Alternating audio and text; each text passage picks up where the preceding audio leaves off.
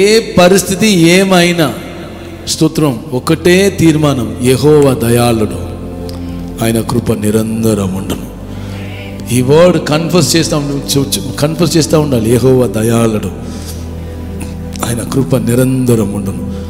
హల్లెలూయా. ఆయన మంచివాడు, ఆయన కృప చూపించేవాడు, ఆయన కృప కొరకు నేను ఎదురు చూస్తున్నాను, అది మాత్రమే మన గురిగా ఉండాలి. హల్లెలూయా చెప్పాలి. స్తోత్రం. అట్లా ఉన్న వాళ్ళకి ఆయన వాక్యము అతి తీవ్రంగా పనిచేస్తుందంట. ఎట్లా అంట? స్పీడ్గా వర్క్ చేస్తుంది. ఆమేన్ చెప్పాలి. నేను నమ్ముచున్నాను స్తోత్రం 24లో మీ లైఫ్లో స్తోత్రం ప్రతి ప్రామిస్ చాలా స్పీడ్గా నెరవేర్చిన ఇయర్గా పరిశుద్ధాత్మ మిమ్మల్ని ఇప్పుడే ప్రిపేర్ చేస్తున్నారు. చాలా స్పీడ్గా. ఇదివరకు ఏదైతే డిలే అయిందో, స్టాగ్నెంట్ అయిందో, హిండర్ అయిందో, ఆబ్స్టికల్ చూసారో అదన్నీ స్తోత్రం ఎలాగా 7 రోజు తిరిగి వచ్చిన ఇశ్రాయేల్ జనాలకి 7వ రోజు దేవుని వాక్యము స్పీడ్గా పనిచేసిందో. ఎరిగో కోటని స్తోత్రం 700 రోజులుగా రోజుగా వాళ్ళు కూల్చినా కూడా అది అంత ఈజీగా కూలిపోతున్న విషయం కాదు. కానీ స్తోత్రం 7 రోజు మాత్రము దేవుని కొనియాడారు. వాళ్ళు బూరా స్వరముతో దేవుని ఆరాధించి ఆర్పించి దేవుని స్తుతించడానికి మొదలుపెట్టారు. స్తోత్రం అదువరకు అపవాది కట్టిన స్తోత్రం ఆటంకమైన స్తోత్రం కోట యొక్క పునాది కదలడం మొదలైంది. హల్లెలూయా చెప్పాలి. ఆ జెరికో ఫోర్ట్ ఒక ఒక ఒక ఒక ఒక మ్యాన్ ఆఫ్ గాడ్ అంటున్నారు ఇట్లా పడిందండి. ఎందుకంటే అది జెరికో అన్నది ఒక మౌంట్ లాగా, ఒక కొంచెం హై ప్లేస్లో ఉందంట ఆ కోట. అది స్తోత్రం ఇట్లా పడకుండా ఎందుకు ఇట్లా పడింది? ఒక రీసెర్చ్ చేసే అతను చెప్తున్నారు, అది లోపల పడితే వీళ్ళు ఎక్కడానికి చాలా కష్టంగా ఉంటుంది. అది బయటకు పడినా మాత్రమే స్తోత్రం ఆ కోటలో ఉన్న రాయి వీళ్ళకి స్టెప్గా మారుతుంది. అందుకొరకే అది బయటికి పడిందంట. హల్లెలూయా చెప్పాలి. మీ లైఫ్లో ఆటంకం ఉన్న రాళ్ళు అన్ని స్తోత్రం మీకు ఫుడ్ స్టెప్గా మారబోతుంది, మీ హయ్యర్ స్టెప్గా మారబోతుంది, మీ యొక్క బ్లెస్సింగ్ డోర్గా మారబోతుంది. హల్లెలూయా. ఓకే, మంచి గోధుమతో లేకపోతే శ్రేష్టమైన గోధుమతో నిన్ను దేవుడు తృప్తిపరుస్తారు. ఇది నీ స్తోత్రం. ఇంకా ఒక ట్రాన్స్లేషన్, అది గోధుమ అని చెప్పలేదు, స్తోత్రం ద బెస్ట్ బ్రెడ్తో నిన్ను సాటిస్ఫై చేస్తాను ఉంది. ఆమేన్ చెప్పాలి. ద బెస్ట్ ఫుడ్ ద్వారానే ఇంకా ఒక ట్రాన్స్లేషన్ ఇట్లా చెప్తుంది, స్తోత్రం బెస్ట్ స్తోత్రం బ్రెడ్ అండ్ మీట్తో నేను తృప్తిపరుస్తాను ఉంది. ఇంకా ఒక ట్రాన్స్లేషన్ ఉంది, చాలా జోక్ ఉంది, స్తోత్రం బెస్ట్ బ్రెడ్ ఫ్యాటీ మీట్తో నేను తృప్తిపరుస్తాను ఉంది. హల్లెలూయా చెప్పాలి. ఆమేన్. నార్మల్ మీట్కి ఈ ఫ్యాటీ మీట్ కూడా డిఫరెన్స్ ఏం తెలుసా? నార్మల్ మీట్ ఎక్కువ తినలేము. ఈ ఫ్యాటీ మీట్ ఉంది కదా, అది లోపల వెళ్తూ ఉంటే చాలా స్పీడ్గా. ఆమేన్ చెప్పాలి. స్తోత్రం అధికంగా చేస్తే స్తోత్రం స్పీడ్గా వెళ్తుందండి. ఓకే పోయినా ఎందుకు స్తోత్రం ఈ వర్డ్ పరిశుద్ధాత్మ నా హృదయంలో పెట్టారంటే, మెనీ టైం మనము స్తోత్రం దేవుని సన్నిధిలో వస్తున్నదే ఒక నీడ్ నిమిత్తమే, ఒక అవసరత నిమిత్తమే. ఎక్కడ కూడా స్తోత్రం ఒక ఆ పని లేదు, ఈ పని లేదు, అది కాదు, ఇది కాదు, లేదు, ఏదో ఒక ల్యాక్నెస్ని మైండ్లో పెట్టుకొని మనం దైవ సన్నిధిలో వస్తాం. ఎందుకు? మన విడుదలతో దేవుని ఆరాధించలేకపోతున్నాం. మనం పూర్ణ మనసుతో ఆరాధిస్తాం చెప్తున్నాం, కానీ మనసులో ఒక భాగం ఎక్కడ వెళ్తుందంటే మన ఫ్యామిలీలో ఏదో ఒక ఏరియాలో వెళ్తుంది.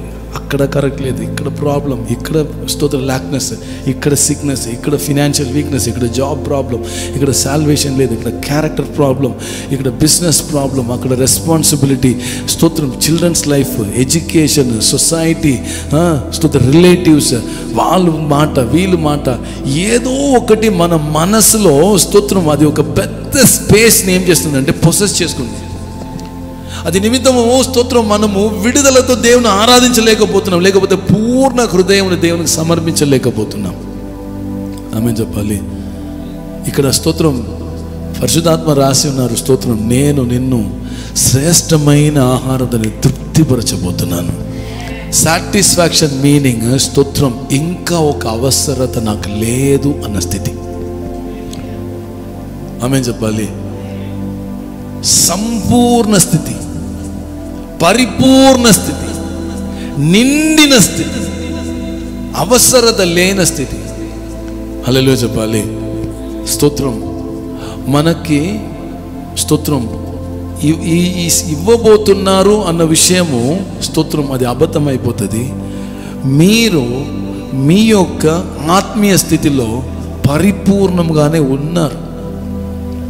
ఎవరు ఉన్నారు? పరిపూర్ణంగా ఉన్నారు. ఫస్ట్ మనము మన యొక్క ఆత్మీయ స్థితిలో పరిపూర్ణలై ఉన్నామన్న విషయం మనం నమ్మాలి. ఓల్డ్ టెస్ట్మెంట్ స్తోత్రం రాబోతున్న విషయముని మనకు మాట్లాడుతుంది. స్తోత్రం ఇస్హాక్ ఆన్ ద వే, అదే ఓల్డ్ టెస్ట్మెంట్. అబ్రహాంకి చెప్తున్న విషయము ఇస్హాక్ వస్తారయ్యా, వస్తారు, వెయిట్ చేయి, వస్తారు. కానీ న్యూ టెస్ట్మెంట్ అట్లా కాదు. స్తోత్రం నీ ఇస్హాక్ ఆల్రెడీ నీలో ఉన్నారు, అదే న్యూ టెస్ట్మెంట్. హల్లెలూయా చెప్పాలి. ఓల్డ్ టెస్ట్మెంట్ పాసిబిలిటీ ఇంపాసిబిలిటీ మారడానికి కొంచెం టైం తీసుకుంటుంది. హల్లెలూయా చెప్పాలి. అని న్యూ టెస్ట్మెంట్ ఇంపాసిబిలిటీ మధ్యలో ఒక పాసిబిలిటీ మీకు చూపిస్తుంది. ప్లీజ్ లార్డ్ చెప్పాలి. ఓకే, ఈ శ్రేష్టమైన రొట్టె ద్వారా తృప్తిపరుస్తారు. ఆమేన్ చెప్పాలి. కీర్తన 37:25 కొంచెం స్పీడ్ అని చదవండమ్మా. కీర్తన 37:25 Psalms 37.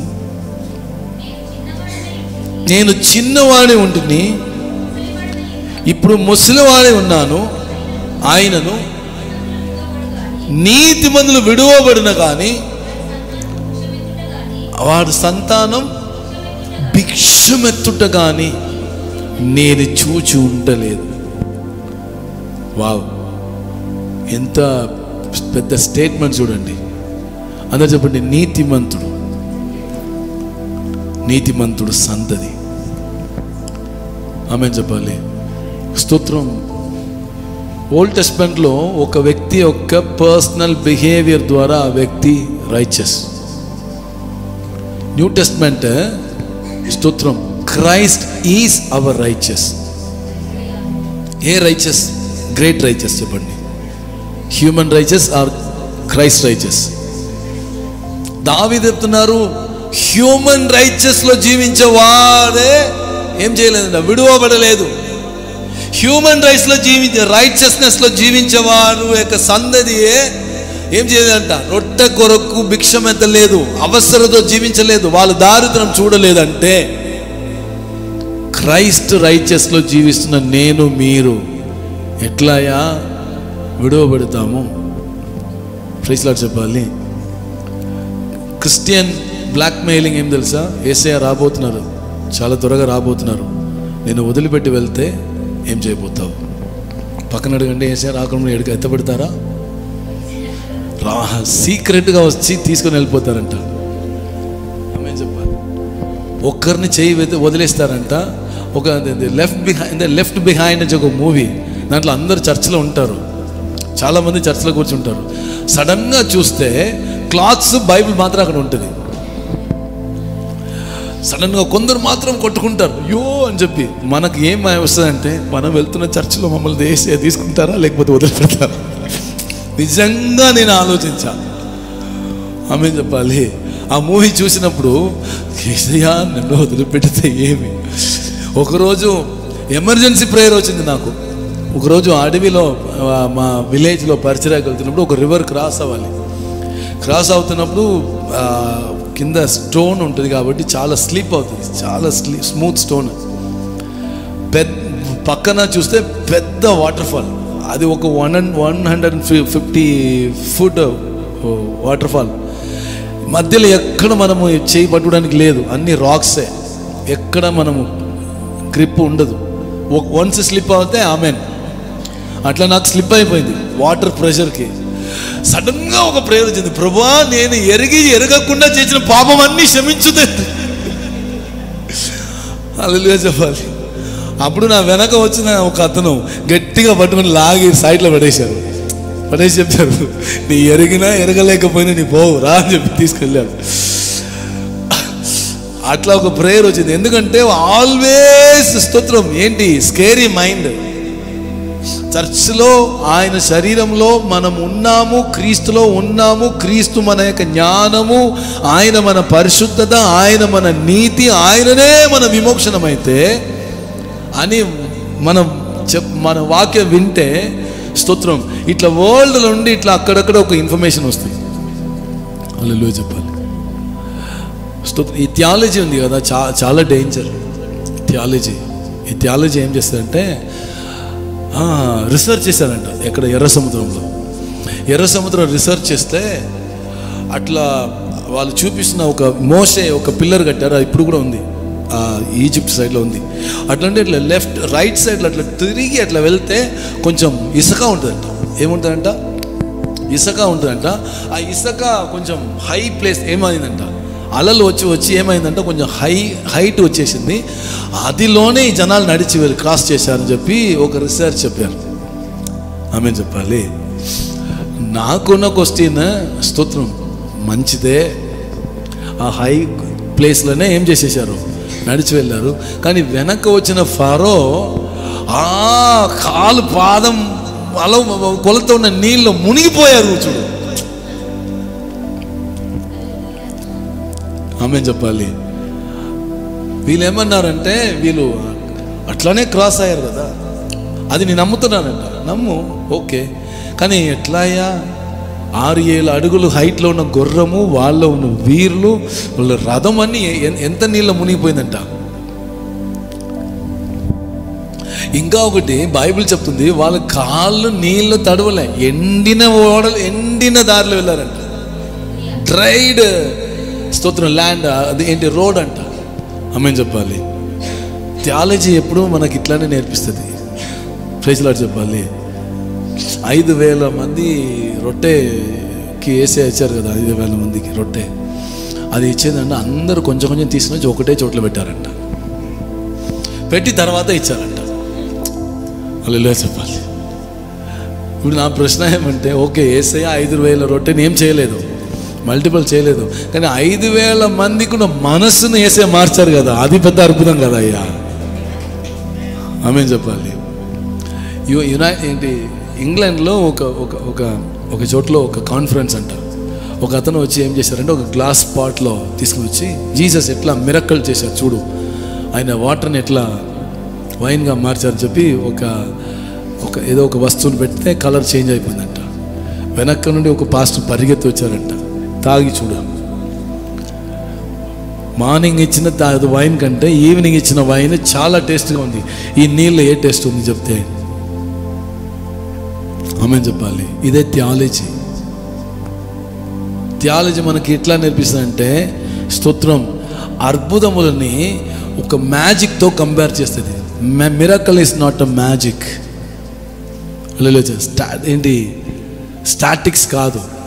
దేవుడు మన లైఫ్లో ఒక గ్రేటెస్ట్ మిరకల్ స్తోత్రం ఆల్రెడీ చేసి ఉన్నారు. అది మీ లైఫ్లో మేనిఫెస్ట్ అవబోతుంది. ఎప్పుడు తెలుసా, మీరు దేవుని వాక్యమును విని, ఆ వాక్యమును విశ్వసించి, ఆ వాక్యమును ప్రకటించి, ఆ వాక్య ప్రకారము మీ కైకొని ఆ వాక్యమును నడిచినప్పుడు మీ లైఫ్లో స్తోత్రం మిరకల్స్ మేనిఫెస్ట్ అవుతుంది.